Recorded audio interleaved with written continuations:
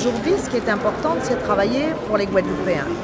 Je fais la différence entre l'élu que je suis, qui peut être engagé, et ma responsabilité en tant que maire pour faire avancer la ville.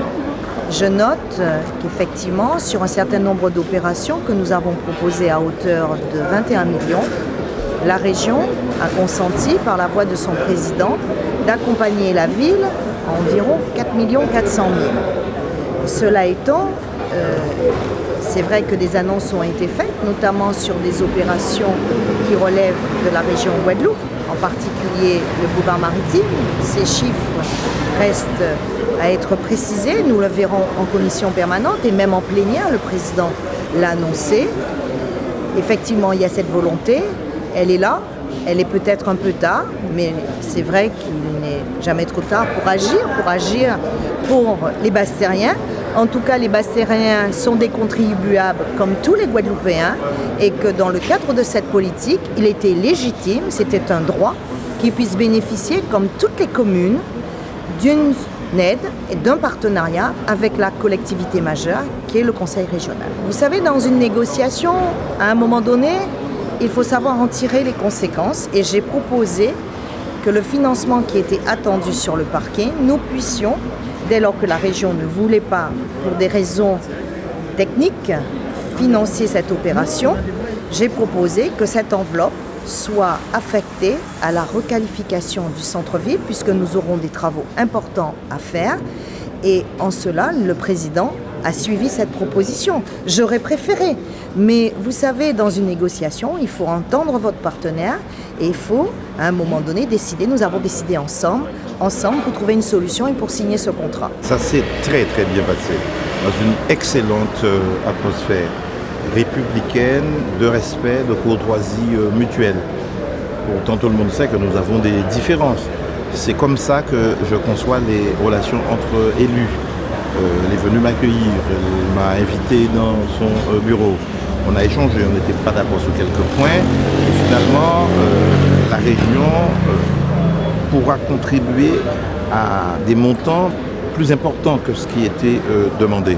On s'est entendu et je crois qu'elle a compris que la région ne peut pas financer la gare routière. C'est commencé. Aujourd'hui, il y a la loi du 7 août qui s'appelle Nouvelle organisation territoriale de la République qui m'interdit de le faire. Ça relève plutôt de la commune et de l'agglo.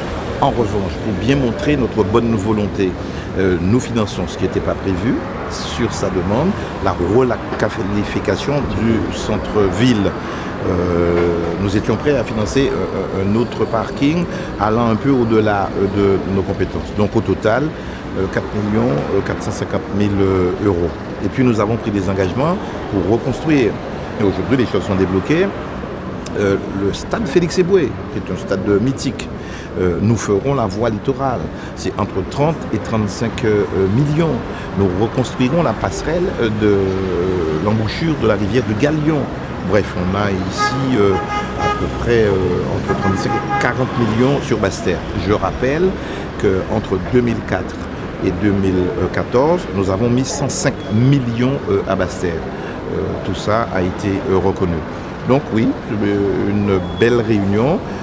J'ai adressé des informations à toutes les communes.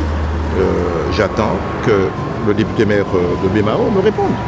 S'il n'en veut pas, il me le dira. S'il est d'accord, on viendra travailler à Bémao. C'est nous qui avons pris l'initiative de mettre 105 millions en 10 ans. On avait commencé, et très largement.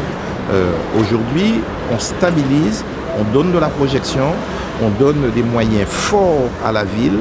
Et au cas où quelqu'un, moi-même ou un autre, ne voudrait pas exécuter cette convention-là, il y a des recours devant le préfet, devant la Chambre régionale des comptes ou devant un tribunal.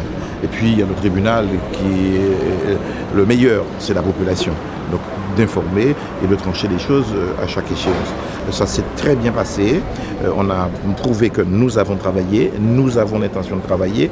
Et lorsqu'il y a bonne volonté, eh bien, tous les obstacles s'aplanissent. Le Conseil d'État n'a délibéré qu'en 2011.